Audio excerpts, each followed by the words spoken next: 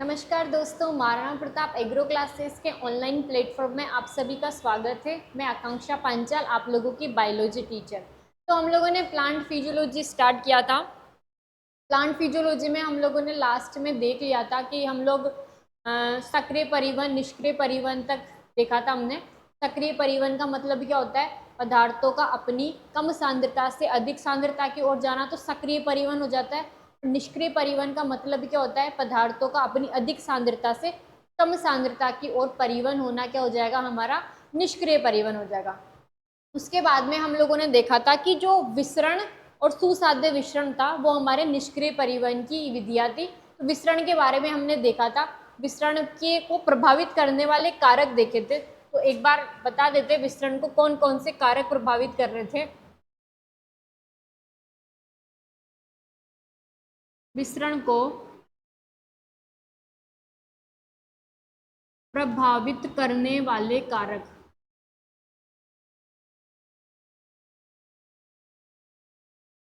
कौन कौन से कारक थे? ताप था,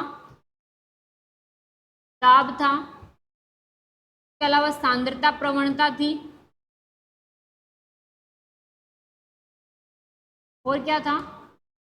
घनत्व था। अगर ताप बढ़ाएंगे तो विसरण की दर भी क्या हो जाएगी? बढ़ेगी। दाब बढ़ाएंगे तो भी विसरण की दर बढ़ रही थी।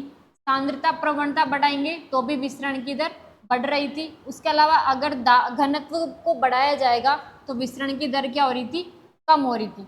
उसके अलावा और क्या है जो विसरण को प्रभावित करती है? वो करती है हमारी पारगम्यता। ठीक है, तो पारगम्यता का मतलब क्या होता है? पारगम्यता का मतलब हो गया कि ऐसी मेम्ब्रेन जो कि सेलेक्ट करके पदार्थों को ले जाने का जो काम कर रही है, उसको हम लोग क्या कहते हैं? पारगम्यता कहते हैं।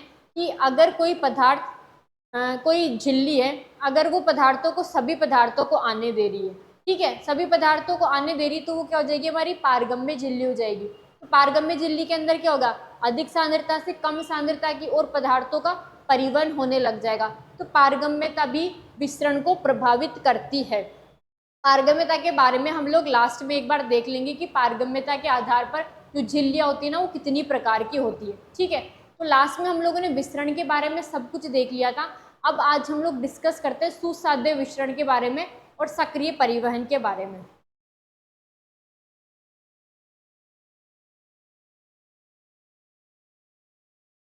सुसाध्य विसरण। सुसाध्य विसरण का मतलब क्या हो गया? हमने देखा था कि जो प्लाज्मा झिल्ली थी वो किससे मिलकर बनी हुई थी? प्रोटीन और लिपिड से मिलकर बनी हुई थी। ठीक है, अब प्रोटीन और लिपिड से मिलकर बनी हुई है, तो जो पदार्थ लिपिड के अंदर घुलनशील है वो तो क्या हो जाएंगे? झिल्ली को पार कर जाएंगे। लेकिन कुछ पदार्थ ऐसे होते हैं जो लिपिड के अंदर घुलनशील नहीं होते हैं, तो उन पदार्थों को अपनी अधिक सांद्रता से कम सांद्रता की ओर आने के लिए एक रास्ता प्रोवाइड किया जाता है। उस रास्ते को हम लोग कहते हैं चैनल प्रोटीन या कैरियर प्रोटीन। उसकी सहायता से जो पदार्थ होते हैं वो अपनी अधिक सांद्रता से कम सांद्रता की ओर परिवहन हो जाता है, और इसके अंदर कोई भी एटीपी खर्च नहीं होते हैं। इसे हम लोग क्या कहते हैं? सुसाध्य विसरण कहते हैं। तो हम लोग बोल सकते हैं पदार्थों का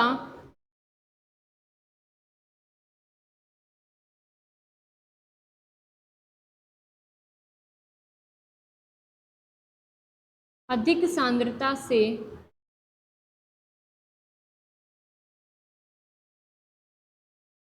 कम सांद्रता की ओर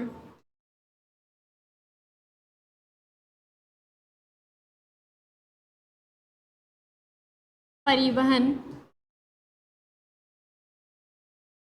लेकिन कैरियर प्रोटीन के द्वारा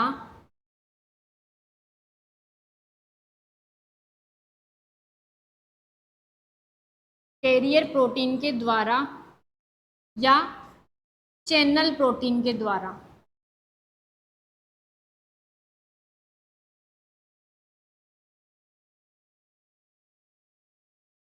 ठीक है, तो इसका मतलब क्या हो गया, इसका मतलब ये हो गया कि ये हमारी कोशिका झिल्ली है,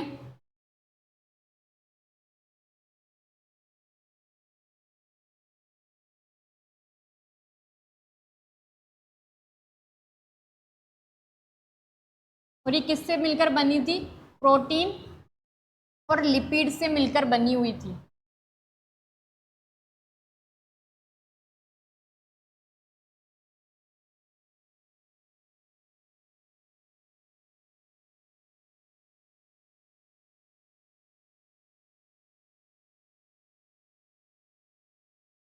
ठीक है, तो सुसाध्य विसरण का मतलब क्या हो गया कि बहुत से ऐसे पदार्थ होते हैं जिनकी प्रवृत्ति कैसी होती है, जलरागी होती है।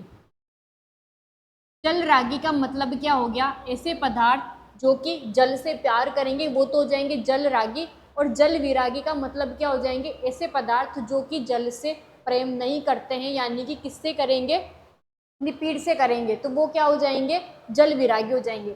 तो जो लिपिड का जो ये हेड होता है और ये होती है हमारी टेल यानी कि पूंछ, तो ये जो हेड और टेल वाले जो पार्ट होते हैं ये होते हैं हमारे अध्रुवीय।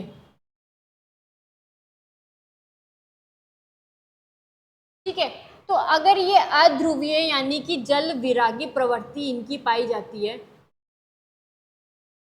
अब जल विरागी प्रवृत्ति है तो अगर कोई भी जल रागी अणु अगर कोशिका झिल्ली में से प्रवेश करता है तो ये क्या करेगी, इसे आने नहीं देगी।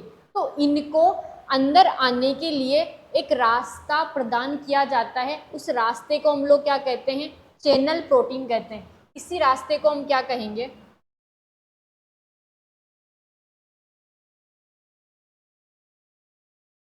इस रास्ते को कहा जाता है चैनल प्रोटीन,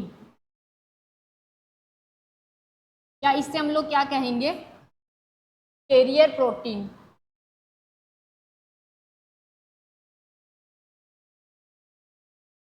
और जो पदार्थ है वो अपनी अधिक सांद्रता से कम सांद्रता की ओर आ जाएंगे। यहाँ पे मान लीजिए सांद्रता तो कम है और यहाँ पर क्या है, सांद्रता अधिक है।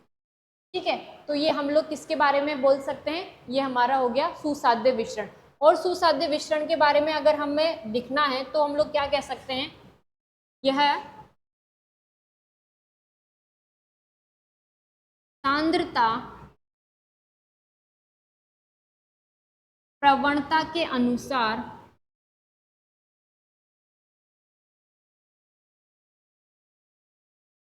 कार्य करता है।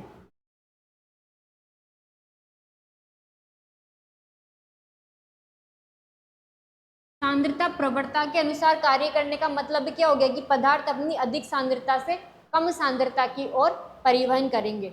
उसके अलावा हम लोग क्या कह सकते हैं, इसमें चैनल प्रोटीन या कैरियर प्रोटीन की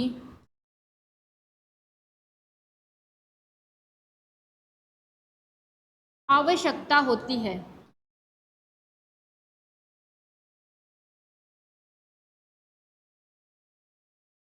ठीक है, उसके अलावा क्या कहा जा सकता है, यहाँ पर अगर पदार्थ अपनी अधिक सांद्रता से कम सांद्रता की ओर आ रहे हैं तो इसके लिए कोई भी एटीपी खर्च नहीं हो रहे हैं, यानी कि ऊर्जा की आवश्यकता नहीं होती है। तो हम लिख सकते हैं ऊर्जा की आवश्यकता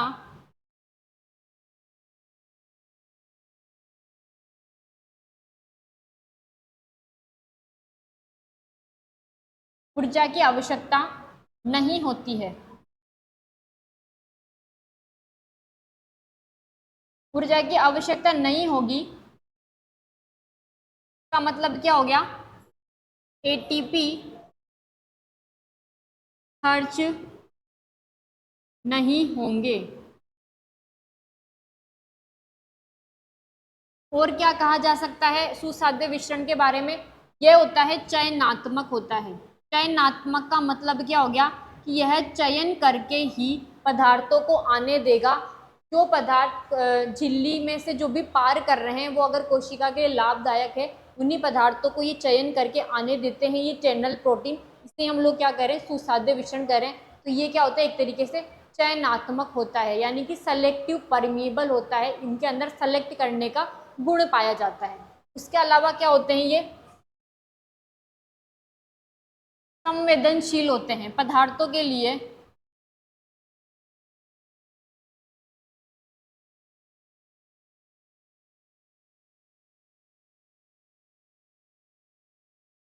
संवेदनशील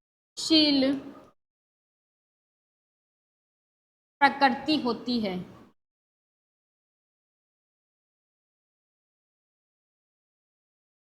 और क्या कह सकते हैं, इनके अंदर नियंत्रण की क्षमता पाई जाती है।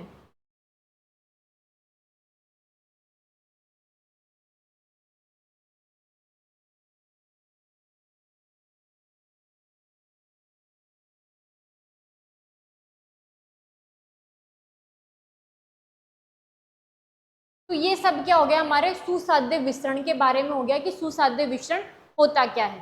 ठीक है, अब हम लोग नेक्स्ट बात करते हैं कि सक्रिय विसरण क्या होता है, यानी कि सक्रिय परिवहन क्या होता है। सक्रिय परिवहन का मतलब क्या हो गया कि पदार्थ अपनी कम सांद्रता से अधिक सांद्रता की ओर परिवहन कर रहे हैं, उसको हम लोग क्या बोलेंगे, सक्रिय परिवहन कहेंगे।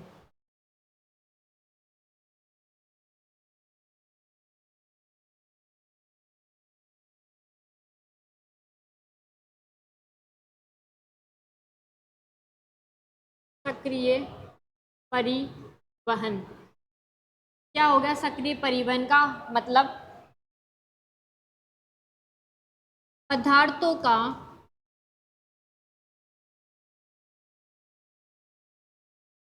कम सांद्रता से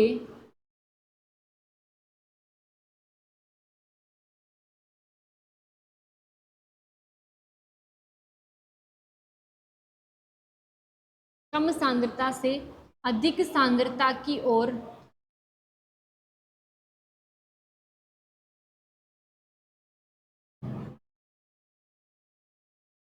आना, यही क्या हो जाएगा, हमारा सक्रिय परिवहन हो जाएगा। अब जो सक्रिय परिवहन जो होता है वो सांद्रता प्रवणता के विपरीत कार्य करता है। कैसे काम करेगा, सांद्रता प्रवणता के विपरीत काम करेगा।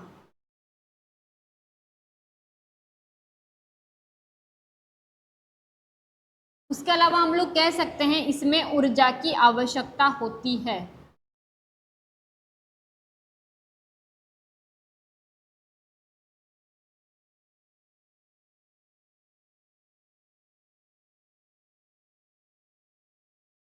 ऊर्जा की आवश्यकता होती है, ऊर्जा की आवश्यकता होती है, इसका मतलब क्या हो गया,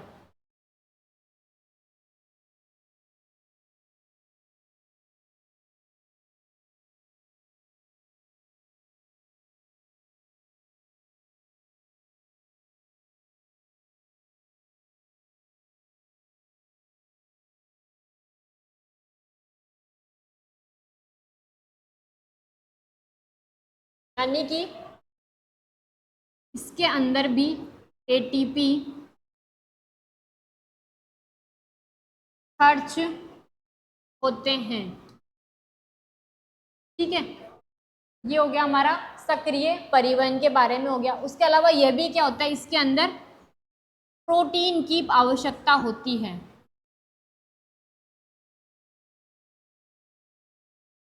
कौन से प्रोटीन, कैरियर प्रोटीन की आवश्यकता।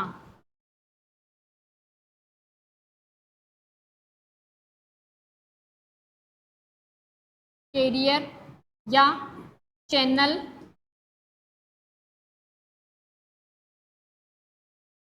प्रोटीन की आवश्यकता होती है। और ये भी क्या हो जाएगा, चयनात्मक हो जाएगा। चयनात्मक का मतलब क्या हो गया, ये भी पदार्थों को चयन करके ही जाने देगा।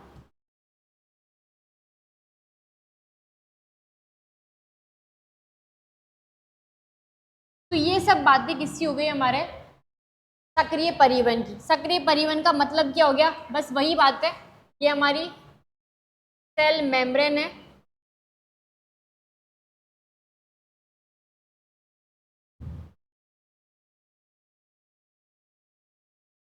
ये वाहक प्रोटीन या चैनल प्रोटीन हम लोग इन्हें कह सकते हैं।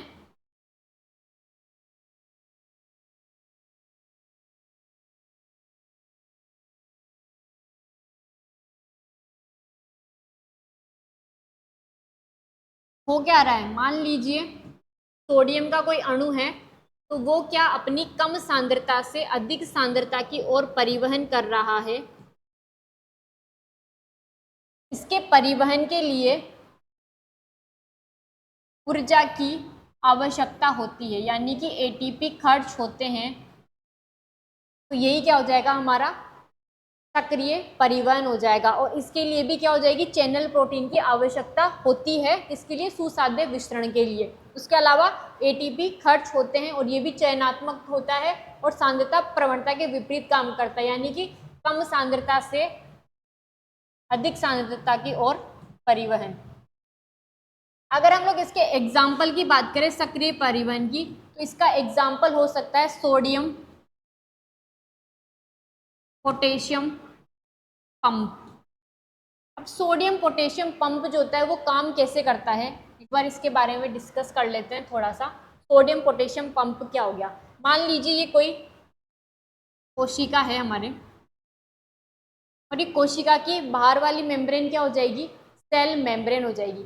अब हमने पहले भी बताया था कि जो सेल के बाहर जो द्रव्य होता है उसको हम लोग क्या बोलते हैं, बाहरी कोशिकीय द्रव्य। अब इस बाहरी कोशिकीय द्रव्य के अंदर क्या होता है, सोडियम की जो मात्रा होती है वो ज़्यादा होती है, और कोशिका के अंदर क्या होता है, सोडियम की मात्रा कम होती है। ठीक उसी प्रकार से बाहर जो द्रव्य उसके अंदर पोटेशियम की जो मात्रा होती है वो तो कम होती है, और सेल के अंदर जो होती है पोटेशियम की मात्रा क्या होती है, ज़्यादा होती है। तो होगा क्या, वही बात है, सांद्रता प्रवणता के विपरीत काम करता है। तो सांद्रता प्रवणता के विपरीत काम करने का मतलब क्या हो गया, कम सांद्रता से अधिक सांद्रता की ओर पदार्थों का परिवहन हो रहा है। तो होगा क्या, जहां पर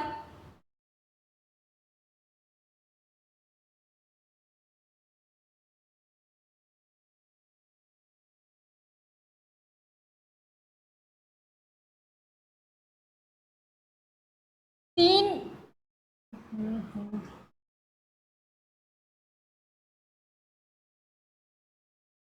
तीन सोडियम तो क्या होंगे हमारे, बाहर आएंगे, और दो पोटेशियम क्या होंगे, अंदर की तरफ जाएंगे। यही क्या हो जाएगा, सोडियम पोटेशियम पंप हो जाएगा। ये किसका एग्जाम्पल हो जाएगा, हमारे सक्रिय परिवहन का एग्जाम्पल हो जाएगा। ठीक है, अब अगर हम इन तीनों के अंदर डिफरेंस देखें, एक चार्ट के थ्रू हम लोग इन तीनों के अंदर डिफरेंस देखते हैं कि इन तीनों के अंदर अंतर क्या होता है। ठीक है, तो अगर हम इन तीनों के, इसका याद रखना है कि जो सक्रिय परिवहन होता है उसका एग्जाम्पल सोडियम पोटेशियम पंप होता है, यानी कि 3 सोडियम तो अंदर आ रहे हैं और 2 पोटेशियम बाहर निकल रहे, वही सोडियम पोटेशियम पंप होता है। और ये किसके अंदर पाया जाता है, जो भी हमारी तंत्रिका कोशिका हो गई, तंत्रिका कोशिका की जो झिल्ली होती है उसको हम लोग क्या कहते हैं, प्लाज्मोलेमा ही तो बोलते हैं। प्लाज्मोलेमा में से सोडियम अंदर आना और पोटेशियम का बाहर जाना, यही क्या हो जाएगा, सोडियम पोटेशियम पंप हो जाता है। अब अगर हम इन तीनों के अंदर डिफरेंस की बात करें, तो इनमें डिफरेंस क्या क्या हो जाएंगे। पहले तो हम लोग लिख लेते हैं कि कौन कौन से हमें कैरेक्टर्स की बात करनी, कौन कौन से गुणों की बात करनी है। ठीक है, और किस किस के बारे में देखना है। पहला तो हमें देखना है विसरण के बारे में,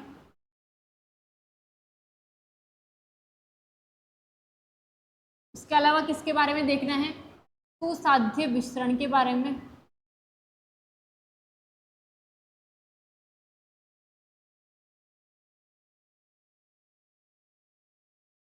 और तीसरा सक्रिय परिवहन के बारे में।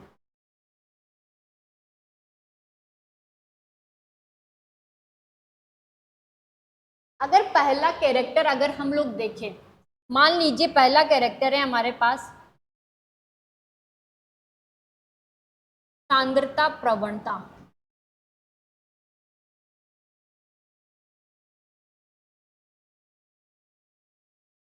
दूसरा कैरेक्टर हमने ले लिया चयनात्मकता।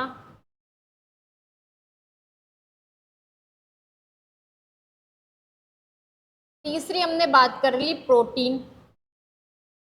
किसके लिए तो प्रोटीन की आवश्यकता है और किस में प्रोटीन की आवश्यकता नहीं है। और चौथी बात कर लेते हैं हम लोग ऊर्जा की या एटीपी की।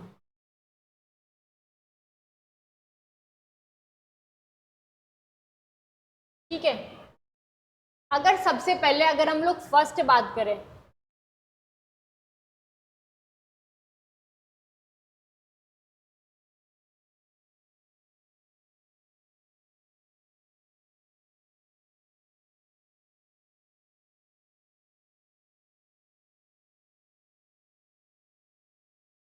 विसरण के अंदर सांद्रता प्रवणता के अनुसार काम करता है कि सांद्रता प्रवणता के विपरीत कार्य करता है। हमने देखा था कि विसरण और सुसाध्य विसरण किसके प्रकार थे, निष्क्रिय परिवहन के प्रकार थे। और निष्क्रिय परिवहन के अंदर जो पदार्थों का परिवहन हो रहा था वो कैसे हो रहा था, अधिक सांद्रता से कम सांद्रता की ओर हो रहा था, यानी कि क्या हो जाएगा, सांद्रता प्रवणता के अनुसार काम कर रहा था। तो विसरण के अंदर क्या आ जाएगा, सांद्रता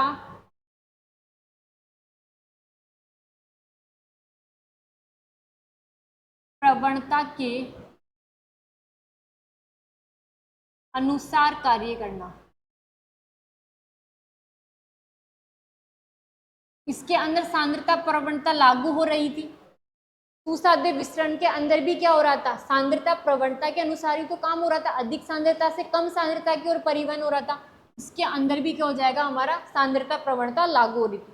लेकिन सक्रिय परिवहन के अंदर क्या हो रहा था, पदार्थों का जो परिवहन हो रहा था वो अपनी कम सांद्रता से अधिक सांद्रता की तरफ हो रहा था। इसका मतलब क्या हो गया, ये सांद्रता प्रवणता के विपरीत कार्य कर रहा है। हम लिख सकते हैं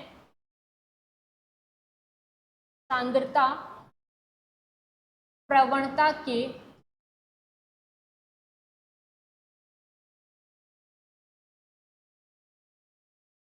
विपरीत कार्य, यानी कि ये सांद्रता प्रवणता के अनुसार काम नहीं कर रहा था और ये दोनों सांद्रता प्रवणता के अनुसार काम कर रहे थे। अब चयनात्मकता का गुण किस किस के अंदर पाया जाता, विसरण के अंदर कोई चयनात्मकता का गुण नहीं था। विसरण के अंदर क्या हो रहा था, अधिक सांद्रता से कम सांद्रता की ओर पदार्थों का परिवहन हो रहा था, उनमें कोई चयन करने की कैपेसिटी नहीं थी। तो चयनात्मकता का गुण किसके अंदर नहीं था, विसरण के अंदर नहीं था। सुसाध्य विसरण के अंदर क्या हो रहा था, चयनात्मकता का गुण पाया जा रहा था। हम लोगों ने लिखा भी था, तो सुसाध्य विसरण में चयनात्मकता का गुण पाया जाता है। सक्रिय परिवहन उसके अंदर भी चयनात्मकता का गुण पाया जाता है। और जो चैनल प्रोटीन थे उनके अंदर से क्या हो रहे थे, हमारे पदार्थ आ जा रहे थे, जिनको भी जो सोल्यूबल नहीं थे वो सारे के सारे। उसके अलावा अगर हम लोग बात करें प्रोटीन की, जो कैरियर प्रोटीन की आवश्यकता विसरण के अंदर हो रही थी या नहीं हो रही थी, तो विसरण के अंदर किसी भी चैनल प्रोटीन की या कैरियर प्रोटीन की आवश्यकता नहीं होती है। इसके अंदर हम लोगों ने नहीं कर दिया। उसके अलावा सुसाध्य विसरण के अंदर क्या हो रहा था, चैनल प्रोटीन की या कैरियर प्रोटीन की आवश्यकता हो रही थी इसके अंदर भी। इसके अलावा जो सक्रिय परिवहन था उसके अंदर भी चैनल प्रोटीन या कैरियर प्रोटीन की आवश्यकता होती थी। उसके अलावा अगर हम लोग देखें ऊर्जा की या एटीपी की आवश्यकता किस किस परिवहन में रहती, जिसके अंदर निष्क्रिय परिवहन है उसके अंदर तो एटीपी की आवश्यकता होती नहीं है। और सक्रिय परिवहन के अंदर क्या होता है, एटीपी की आवश्यकता होती है। तो इसके अंदर ऊर्जा की आवश्यकता नहीं हो रही थी। सुसाध्य विसरण के अंदर भी ऊर्जा की आवश्यकता नहीं है, मतलब एटीपी खर्च नहीं हो रहे थे। और जो हमारा सक्रिय परिवहन था उसके अंदर ऊर्जा की आवश्यकता हो रही थी। तो ये क्या हो जाएगा, हम जहाँ पर हो रही थी उस पर राइट लगा दिया, जिसमें नहीं हो रही थी उसमें रॉन्ग लगा दिया। तो ये डिफरेंस हमें समझ में आ गया, इन तीनों के अंदर अंतर क्या होता है। ठीक है, अब हम लोग नेक्स्ट बात करते हैं कि जो परिवहन होता है, किन पदार्थों का परिवहन होता है। मान लीजिए पदार्थ एक ही डायरेक्शन में जा रहे हैं कि अलग अलग डायरेक्शन में जा रहे हैं, एक बार उसके बारे में भी हम लोग डिस्कस कर लेते हैं।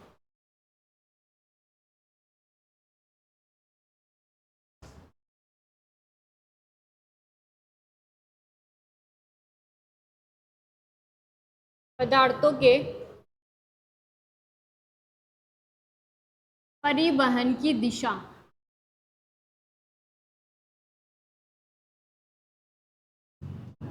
अब ये तीन प्रकार से हो सकता है। पहला था हमारा एंटीपोड,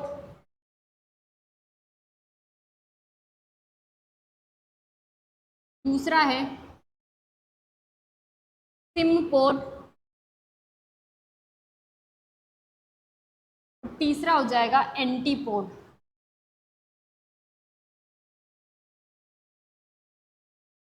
ठीक है, अब इन तीनों के अंदर अंतर क्या हो जाएगा? सिम्पोड, एंटीपोड, सिम्पोड, सॉरी यहाँ पे यूनिपोड लिखना था।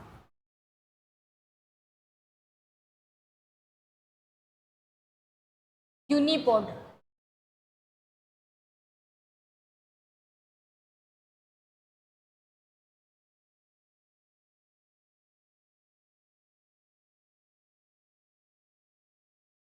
यूनिपोड का मतलब क्या हो गया? कोई एक पदार्थ है या कोई एक अणु है, उसकी जो डायरेक्शन है वो सेम डायरेक्शन के अंदर अगर पदार्थ का परिवहन हो रहा है तो वो क्या हो जाएगा? यूनिपोड।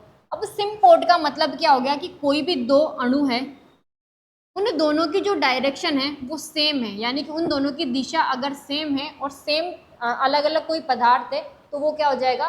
सिम्पोड हो जाएगा। और एंटीपोड का मतलब क्या हो गया कि जब एक पदार्थ आ रहा है उसी टाइम पे क्या होगा? दूसरा पदार्थ जाएगा, तो ये क्या हो जाएगा? एंटीपोड हो जाएगा। अगर हम लोग इसके एग्जाम्पल की बात करें, यूनिपोड का मतलब क्या हो गया? यूनिपोड का मतलब क्या हो गया? मान लीजिए ये कोशिका है, पेशी कोशिका है, और इसके अंदर कैल्शियम जा रहा है। तो कैल्शियम कैसा हो गया? एक ही प्रकार का अणु है कैल्शियम, यानी कि एक सेम, मतलब कि एक ही प्रकार का जो अणु है उसकी दिशा भी अगर सेम है तो वो क्या हो जाएगा? यूनिपोड हो जाएगा। अगर हम लोग सिम्पोड की बात करें तो सिम्पोड के अंदर क्या हो जाएगा? मान लीजिए कोई एक पदार्थ है ग्लूकोज और दूसरा पदार्थ है मान लीजिए सोडियम। अगर दोनों पदार्थ सेम डायरेक्शन में जा रहे हैं लेकिन ये अलग अलग है तो वो क्या हो जाएगा? हमारा सिम्पोड। अब एंटीपोड की बात करें तो एंटीपोड के अंदर क्या आ जाएगा? वही सोडियम पोटेशियम पंप। सोडियम तो अंदर की तरफ जा रहा है और पोटेशियम क्या आ रहा है? बाहर की तरफ आ रहा है। अलग अलग प्रकार के जो अणु है वो विपरीत दिशा के अंदर जा रहे हैं तो वो क्या हो जाएगा? हमारा एंटीपोड हो जाएगा। तो दो तीनों के अंदर अंतर सिर्फ इतना है, यूनिपोड के अंदर सेम अणु है, ठीक है, मान लीजिए कैल्शियम है, कैल्शियम जो है वो इसके अंदर पेशी कोशिका के अंदर जा रहे हैं और इनकी डायरेक्शन क्या है? सेम डायरेक्शन है, सब एक ही दिशा के अंदर की तरफ कोशिका के अंदर जा रहे हैं, तो वो क्या हो जाएगा? हमारा यूनिपोड हो जाएगा। अब यूनिपोड का अगर हम लोग देखें तो यूनिपोड किसके अंदर हो रहा था? विसरण के अंदर ही तो हो रहा था ना यूनिपोड। विसरण के अंदर क्या रहते? पदार्थ अधिक सांद्रता से कम सांद्रता की ओर जा रहे थे। कोई भी पदार्थ, मान लो अगर ये वाटर है तो अंदर की तरफ जा रहा है तो ये क्या हो गया? सिम्पोड हो गया, सॉरी यूनिपोड हो गया। और सिम्पोड के अंदर क्या हो गया? पदार्थ जो अणु है वो अलग अलग है लेकिन उनकी जो दिशा है वो क्या हो जाएगी? सेम हो जाएगी। ये क्या हो जाएगा? हमारा सिम्पोड। और एंटीपोड के अंदर क्या हो जाएगा कि अलग अलग अणु की जो दिशा है वो भी विपरीत होगी, यानी कि सोडियम तो अंदर आ रहा है और पोटेशियम बाहर जा रहा है, तो वो क्या हो जाएगा? हमारा एंटीपोड हो जाएगा। तो ये सब बात हो गई हमारे परिवहन के बारे में सारी की सारी।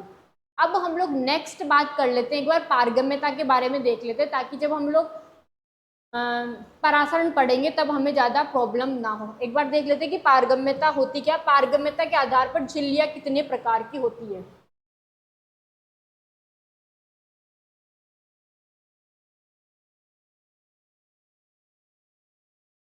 पारगम्यता,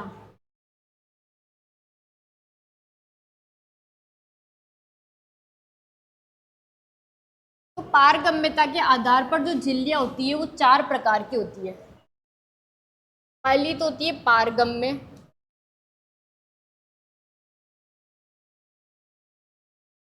झिल्ली,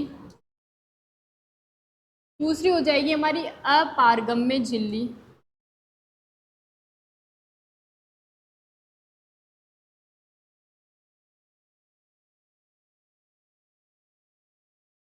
तीसरी हो जाएगी अर्ध पारगम्य झिल्ली,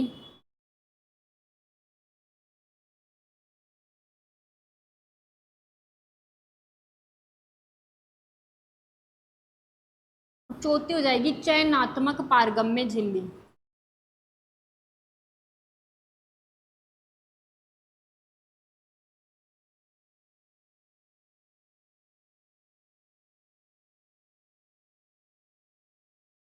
अगर सबसे पहले हम लोग पारगम्य झिल्ली की बात करें तो पारगम्य झिल्ली क्या करेगी,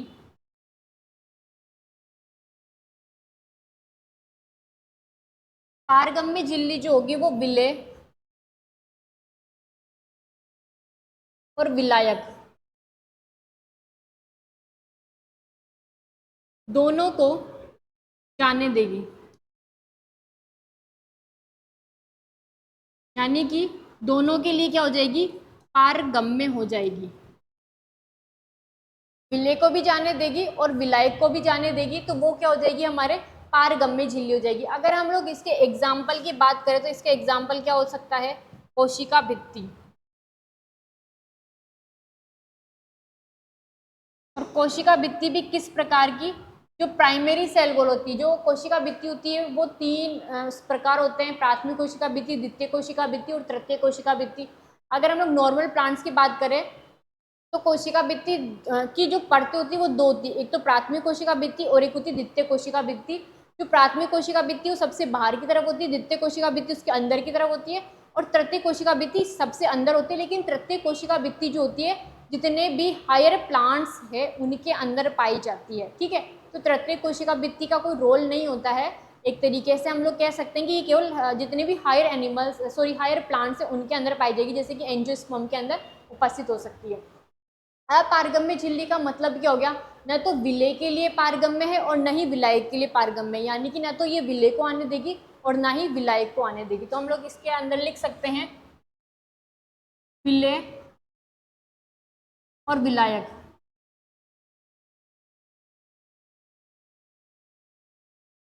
दोनों को नहीं जाने देती।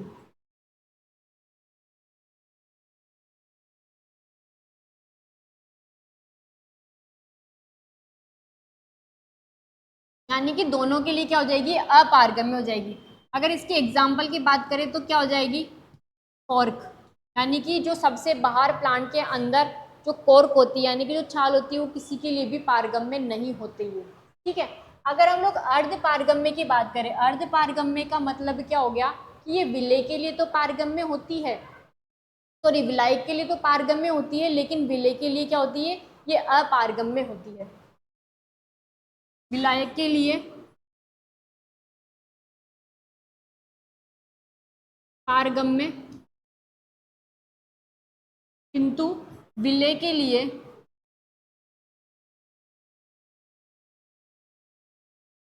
अपारगम्य, ठीक है। तो विलायक को तो आने देगी लेकिन विलेय को नहीं आने देती, ये क्या हो जाएगी हमारे अर्ध पारगम्य झिल्ली। और चयनात्मक पारगम्य का मतलब क्या हो गया कि विलायक को तो आने देगी लेकिन विलेय को क्या करेगी, चयन करके भेजने का काम करेगी, यानी कि चयन करेगी यानी सेलेक्ट करके और भेजने का जो काम करेगी वो कौन करेगी, चयनात्मक पारगम्य यानी कि सेलेक्टिव परमिएबल मेम्ब्रेन। अगर हम लोग इसके एग्जाम्पल की बात करें तो क्या हो जाएगा, कोशिका झिल्ली,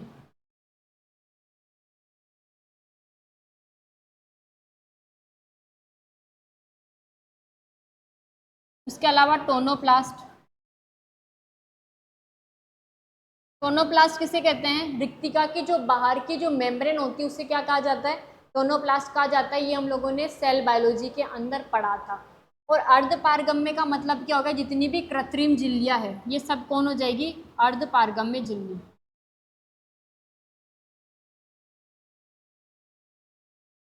जैसे कि सेलोफोन, ये हमारी अर्ध पारगम्य झिल्ली हो जाएगी। तो पारगम्यता के आधार पर हम लोगों ने झिल्ली को चार भागों में बांटा। पहली थी हमारी पारगम्य यानी कि विलेय और विलायक दोनों को मेम्ब्रेन से अंदर की तरफ आने देगी, तो वो क्या हो जाएगी, पारगम्य झिल्ली। इसका एग्जाम्पल हम लोगों ने लिख लिया कोशिका भित्ति। और अपारगम्य का मतलब क्या होगा, ना तो ये विलायक को अंदर आने देती है और ना ही विलेय को अंदर आने देती है, ये हो जाएगा हमारा अपारगम्य झिल्ली। इसके अलावा अर्ध पारगम्य का मतलब क्या हो गया कि विलायक को तो आने देगी बट विलेय के अणुओं को नहीं आने देगी, वो हो जाएगी हमारे अर्ध पारगम्य झिल्ली। और चयनात्मक पारगम्य का मतलब क्या होगा कि विलायक को तो आने देगी बट विलेय के कुछ जो अणु है उनको ये सेलेक्ट करके ही अंदर भेजने का काम करेगी। और इसका एग्जाम्पल कौन हो जाएगा, कोशिका झिल्ली और टोनोप्लास्ट। कोशिका झिल्ली के बारे में पता ही है हमें, कोशिका झिल्ली प्रोटीन और लिपिड से मिलकर बनी है और टोनोप्लास्ट क्या होती है, जो रिक्तिका होती है, जो कि प्लांट्स के अंदर पाई जाती है, इसकी कोशिका झिल्ली को हम लोग क्या बोलेंगे, टोनोप्लास्ट कहेंगे। और टोनोप्लास्ट के अंदर क्या पाया जाता है, सेल सेप पाया जाता है। ये एक तरीके से परासरण संतुलन में सहायक होती है। तो ये सारी की सारी चीज़ें हम लोगों ने देख ली आज। अब नेक्स्ट क्लास में हम लोग देखेंगे कि प्लांट और वाटर का रिलेशन क्या होता है, इनके अंदर रिलेशन कैसे होता है, और बहुत सारे न्यूमेरिकल्स भी कल पढ़ेंगे। Thank you for watching. Next class में देखते हैं अब।